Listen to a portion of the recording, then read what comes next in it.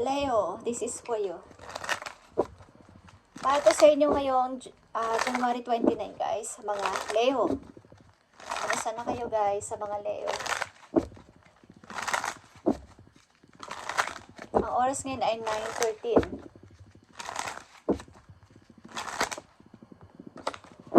Paalala man to sa inyo o mensahe is, pakinggan nyo kung gusto nyo. Leo, I need to message dito para sa'yo na maaaring may kaugnayan sa'yong kasalukuyang sitwasyon. Para sa mga Leo. Thank you. Nandito ang ascending, Leo. Learning and expansion. Wow. Meron ba dito magkikita, guys? Mag-prepare na kayo o nagpe-prepare kayo sa pagkikita. Something na kayo ay mas mag-explore nyo pa o mas expand nyo pa ang inyong mga nalalaman. Bukod sa inyong nalalaman sa kasalukuyan, mas palawakin nyo pa ang inyong kaalaman. Kasi kayo ay mga creative na tao. Kaya mga Leo, very creative. Marami mga nalilikha sa isip na mga bagong idea. Okay, Leo, para to sa inyo, matayog ang inyong pangarap o mataas ang inyong pangarap. Yung alam niyo yung gusto nyo ay mas palawakin nyo pa lahat. Okay? Mas tumaas pa. Hindi kayo nananatili sa isa lang kapag natapos na gusto nyo mayroon pa kayong uumpisahan na bago. Harap kayo sa mga bagong opportunity, mga bagong gagawin sa buhay, sa mga darating na linggo o buwan o taon. Okay, simula ngayong 2025. Leo, tingnan natin ang message pa for you. Yeah, katulad ng butterfly. Ito ay mag-i-evolve kayo. Something, new phase is nandito. Dalawa ang keyword dito na new phase. Ibig sabihin, bagong Leo, bagong gagawin ng mga Leo, bagong mga iisipin, bagong mga idea is mga paparating sa inyo, guys. Leo, at maaaring ilan sa inyo ay unti-unti na nai-release nyo ng inyong past at tuloy-tuloy sa pag-healing papunta sa bagong Leo. Okay? Yes or no, message for Leo, January 29, 2025. Tulad ng isang butterfly o paru-paro, guys, kayo ay magpapalit ng pakpak. Tingnan natin, Leo, ang mga message for you ngayon January 29, 2025. Thank you. Nandito ang yes. Leo, your dreams take flight, fluttering around busy. Magiging busy kayo sa mga paparating na araw, buwan, guys. Okay, magiging busy kayo. At maraming mga magagandang mangyayari sa inyong buhay. Mga bago. Parang mga bago ang mga paparating sa inyo. Bagong tao, bagong mga papasimulan. Maaring ilan sa inyo ay mayroong travel. Mayroon dito something lumilipad. Okay, lumilipad. Something.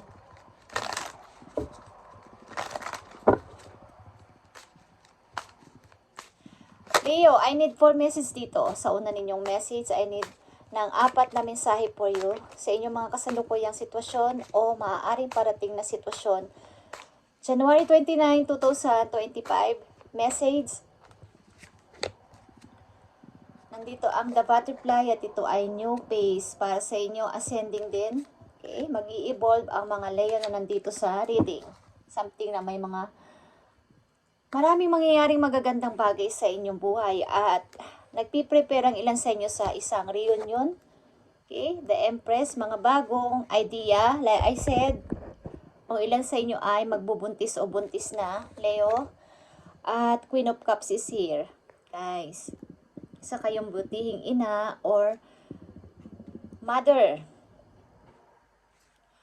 Kalmado sa lahat ng oras, lahat ng sitwasyon. guys. At nandito din ang Queen of Pentacles. Isa rin kayong negosyante at mahilig gumawa ng mga iba't ibang bagay na makapagpapalago sa inyo kaperahan. Okay? Knight of Wands. Marami kayong plano para sa inyong hinaharap. Okay, Leo. Bagamat merong takot o merong pag-aalinlangan is handa kayo sa mga plano ito.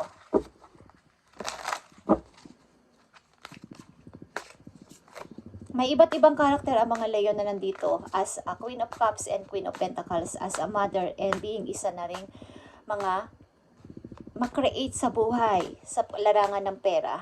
Okay, ilan sa inyo ay mananahi, ilan sa inyo nagdi-design, guys.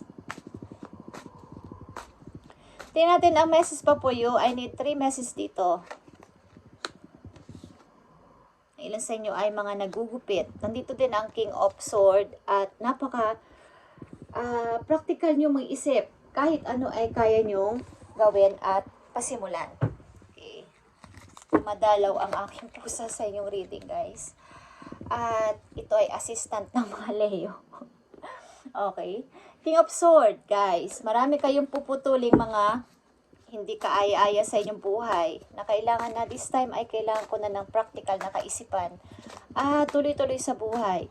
Okay, Leo.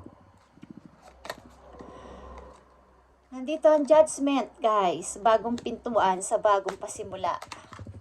Pagdedesisyon sa bagong sisimulan sa buhay ngayong 2025. Leo. King of Cups is here. Okay. Kayo as a father or mother ay talaga namang napakabutihing mga person. Lahat ay tinadaan nyo sa mga mabubuting usapan, lahat ng bagay, lahat ay kalmado lang. Mga message pa po, Leo. At maaari rin may mga tao ditong mai-involve sa buhay ninyo. Energy ng Scorpio and Aquarius. Message pa po, Leo. January 29, 2025.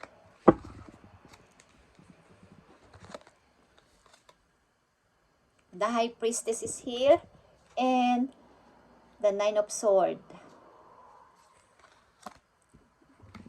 Marami kayong plano na kailangan ay sikreto pa sa panandalian. Okay? Sa kasalukuyan. Maaaring hindi nyo muna ito maaaring sinasabi kahit kanino sapagkat ito ay pinag-iisipan nyo at pinag-aaralan pang mabuti at ayaw nyo to o wag nyo muna itong ipagkakalat o ipagsasabi kahit sa mga malalapit nyong kamag-anak, guys. Okay?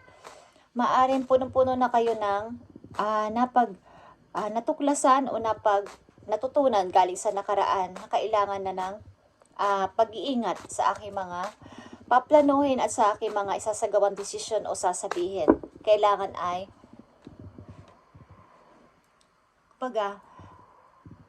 maingat sa pagpaplano at maingat sa pagdedesisyon. Matalino na kayo sa panahon ngayon sa inyong mga gagawin sa buhay.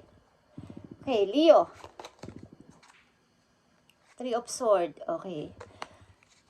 Dahil sa mga kabiguan na inyong naranasan, maaaring may mga iwawagyat na talaga kayo o isasara na isang pahina sa buhay ninyo na matagal nyo nang ang tagal nyo toong na-stuck o ang tagal nyo toong nandun lang. Sa inyong kasalukuyan, maaaring kayo ay nag-iisip-isip ng mga iba't ibang bagay na makapagpapaunlad sa inyong kaperahan.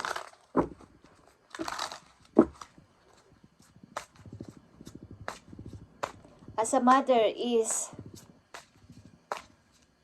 ang ilan sa inyo ay magbubuntis o buntis na, guys.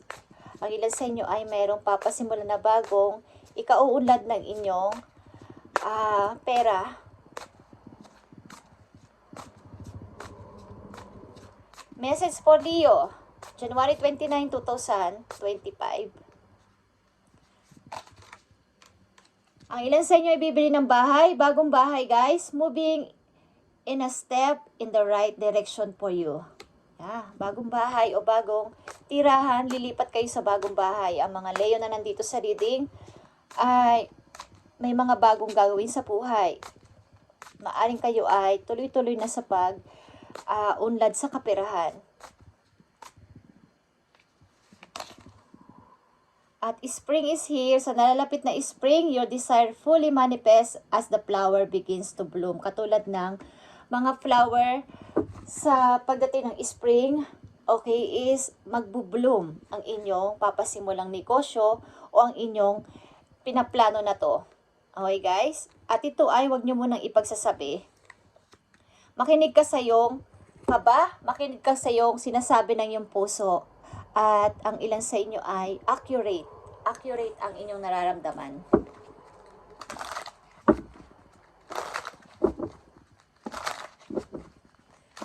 Message po, Leo. Mga paparating na message sa kanila. Magiging busy kayo sa mga paparating na buwan, guys. At sa paparating na spring, katulad ng pag-bloom ng mga flower. Sa spring ay magandang-maganda mga kulay nito. Colorful ito para sa inyo, guys.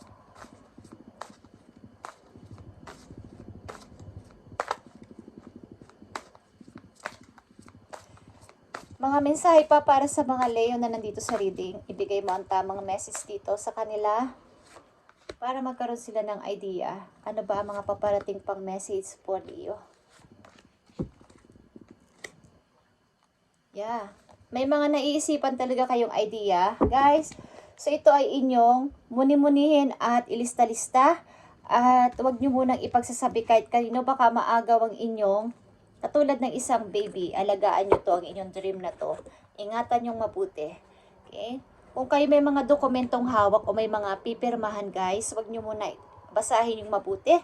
At huwag nyo muna ipagsasabi ang inyong mga planong gawin. Baka maagaw ng ibang inyong idea, Leo. Page of Cups is here. The Emperor. And the Eight of Wands. Okay, ilan sa inyo may mga anak, guys, o may anak sa malayo? Okay? At maaring kayo ang nagtataguyod sa inyong anak na to. Kahit malayo kayo ay nagpapatuloy kayo sa buhay para sa kanya. Maaring nagme-message kayo sa inyong anak na naiwan o iniwan kung kanino man o pinaalagaan. Okay? Ang ilan sa inyo nagtatrabaho sa malayo para sa inyong anak. Kay Leo, sa mga Leo na nandito sa reading, kayo ay naharap sa bago ninyong mundo o sa bago ninyong ginagawa sa buhay. Maaring mga bagong idea din is naiisipan ninyo para sa paglago ng inyong money. Para mas lumago pa at tumaas pa inyong ipon, maaring may mga naiisipan kayong mga bagong idea at huwag nyo tong ipagsasabi kahit kanino, guys. Huwag nyo muna itong ipagsasabi. At baka makuha ang idea ninyo at maunahan kayo. Halimbawa, hindi pa kayo nakapag-start, may napagsabihan kayo at nauna siyang mag-build ng ganong klaseng negosyo at galing sa inyong idea na yon. So, wag nyo tong unang ipagsasabi. Maging aware kayo sa paligid at magtingin-tingin kung saan at sino ang dapat ninyong pagkatiwalaan. Leo, message sa inyo ng inyong mga spirit animals. Ano ang gabay na pwedeng sabihin sa inyo ng inyong mga spirit animals? Para sa mga Leo na nandito sa reading, na gusto mabigyan ng message, I need message for Leo. I need message for Leo. Thank you. Nandito ang turtle. Katulad ng Queen of Cups, ikaw ay kalmado lang o maging kalma sa lahat ng bagay. The turtle, wisdom, teaches us about walking. Our path is peace and sticking to it with determination and serenity. Ibig sabihin, katulad ng pagong, mabagal man siya pero pulido. Katulad ng emperor na nandito. Mabagal ang desisyon, mabagal kumilos, mabagal sabi ng pagpipilian o desisyon sa buhay, but pulido at perfect. Katulad mo, Leo, is pinag-iisipang mabuti at maaaring nandito ang The High Priestess. Humihingi ka ng, kumbaga nagre-research ka pa para dito sa inyo mga plano na to at gagawin sa buhay sa bago ninyong mga plano na to. Is pinag-aaralan mong mabuti at meron kang determination. Kumbaga, Katulad ng pagong. Inuusgahan nila na hindi ka makakarating, hindi ka magwawagi sapagkat napakabagal mo. But siya ay determinado. Tuloy-tuloy lang siya, mabagal man pero tuloy-tuloy sa pag-forward at narating niya ang goal. Yung iba kasing kasamahan niya is, alam nilang mabilis sila, so sila ay nagpahinga. Okay? Sapagkat akala nila hindi naman sila mauunahan ng turtle. But, paggising nila, wala na. Nandun na si turtle sa goal. Okay? Nandun na si Leo sa goal. So, ikaw ito, mayroon kang determination and serenity. You may be encouraged to take a break in your busy life and look around or within you more grounded. Long-lasting solution. Okay, guys? Kaya nandito ang fluttering around busy. Bagamat busy kayo sa inyong mga ginagawa o sa inyong mga plano na to o mga gagawin pa sa araw-araw ay magkaroon kayo ng break kahit papano sa inyong sarili. Magpahipahinga din paminsan-minsan at maging alerto, okay? Sa mga taong dapat inyong pagkatiwalaan katulad na sinabi ko. Okay, at isa pang message sa inyo ng inyong spirit animals para sa inyong guide. Today, January 29, 2025. Leo, nandito ang elephant. At ito ay forgiveness. If you are feeling angry about past issue, the elephant is asking you to discover the more vulnerable feelings behind that anger. You are being asked to forgive and be gentle with others. Okay, maaring may mga taong sobrang nanakit sa'yo sa past.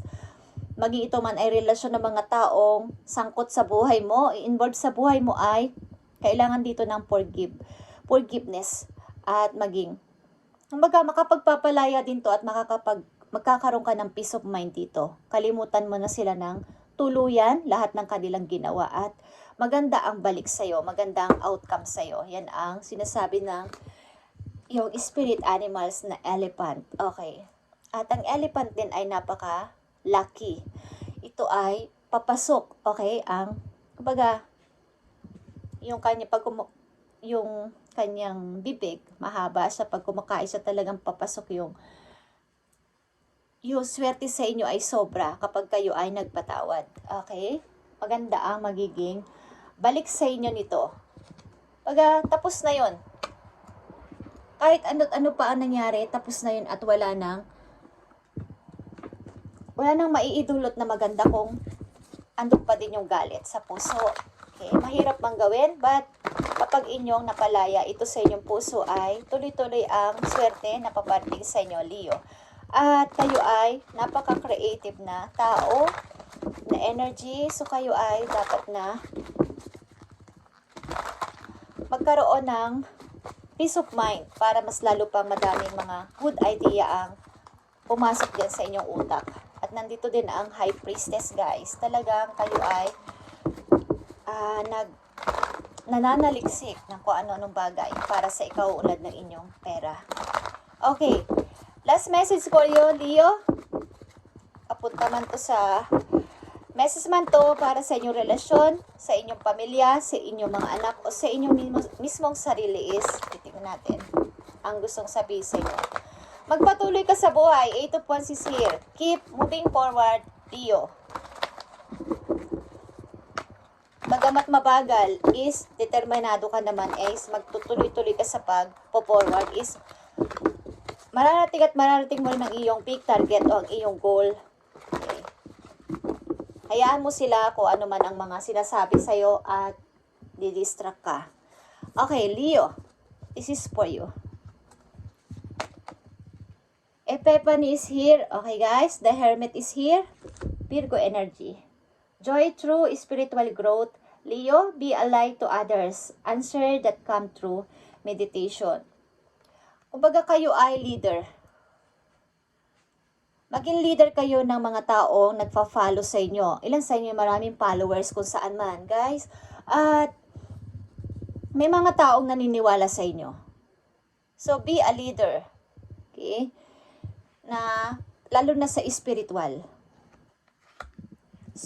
journey ninyo is mas palaguin nyo pa. Mukhang kayo ay nagiging parang curious about dito. Pag meron kayong wake up call, ang ilan sa inyong Leo na nandito sa reading, ay wini-wake ni God na kayo'y isa sa mga tinawag niya para dito about sa spiritual na pag-grow pa sa buhay at maging light para sa ibang tao. Maging leader para dito, para sa mga ibang tao. Kayo ay mag-advise about sa mga itong bagay at maging isang example na kayo ay may ginawa si Lord sa inyo. Galing sa past, papunta sa maging example kayo, inspiration ng ibang tao, na kayo ay maraming nabago sa buhay ninyo galing sa past, na nandito na kayo sa ngayon, na ang dami nang nagbago, katulad ng butterfly, okay? Na kayo ay naging colorful na ang buhay at humaharap na sa new phase, okay? Na sobra nyo nang nai-release ang inyong past. Okay, Leo, ito ang inyong reading ngayon at sa spring, paparating na spring, mas magbubloom pa kayo katulad ng bulaklak sa spring, guys. Kung alam nyo ang mga bulaklak na tumutubo pag spring, lalo na sa Japan, bansang Japan, Korea, something, may mga sakura sa lugar na yan, is katulad nyo rin, magbubloom kayo na napakaganda at pinupuntahan ng mga tao. Okay? Parang spot. Okay. Spotlight. Kayo ba ay iniispatan or kayo ay sikat? Ilan sa inyo? Okay? Leo, this is your reading at God bless sa inyo lahat, guys. Lahat ng sasabi ko dito ay can control at ito ay para sa inyo. At ginagamit lang ang mga card na to para sa reading at humingi tayo ng guide at advice doon sa heaven before ako mag-reading. Thank you, Leo, and God bless sa inyo lahat.